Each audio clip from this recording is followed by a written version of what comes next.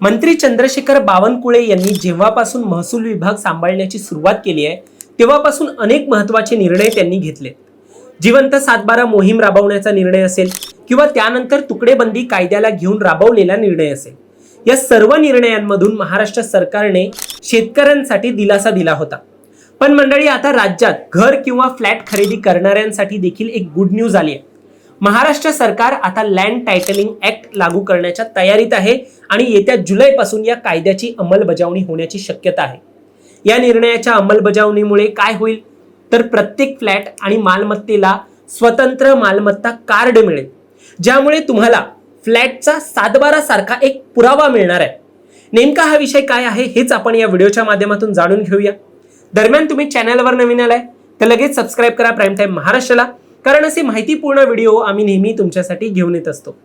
माझं नाव ओमकार साळवी आणि या विषयाला आपण सुरुवातीपासून सुरू करूया। तर मंडळी, जुलैपासून लँड टायटलिंग ऍक्ट हा लागू होण्याची शक्यता आहे, ज्यात प्रत्येक फ्लॅटला स्वतंत्र मालमत्ता कार्ड मिळणार असून मालमत्तेचे बाजार मूल्य आणि व्यवहारांची माहिती या कार्डवर असेल।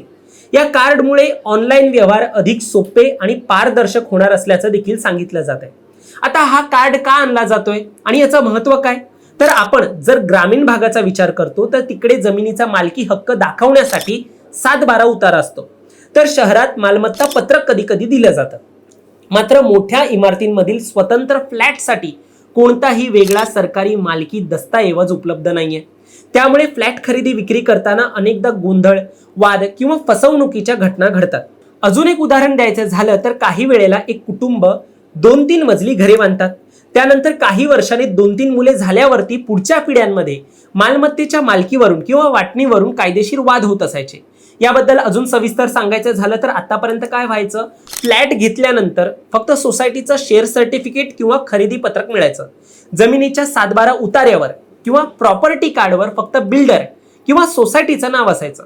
फ्लॅट धारकाचं नाव जमिनीच्या सरकारी रेकॉर्डमध्ये नसायचं। यामुळे विक्री करायची असेल, कर्ज घ्यायचं असेल, वारसा किंवा इतर कोणत्या विवादामुळे अडचणी यायच्या।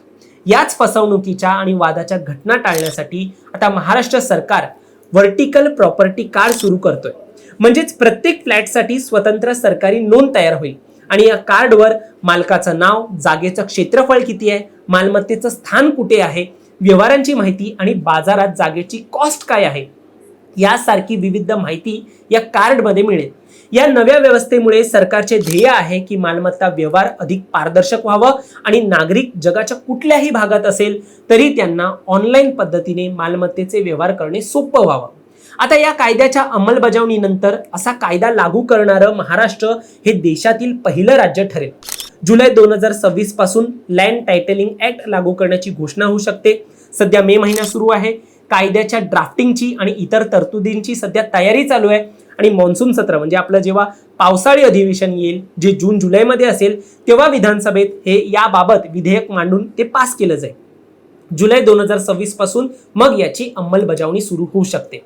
प्रथम काही भागात प्राथमिकरित्या प्रायोगिक तत्वावरती हा कायदा लागू होईल आणि नंतर पूर्ण राज्यात याची अंमलबजावणी होईल।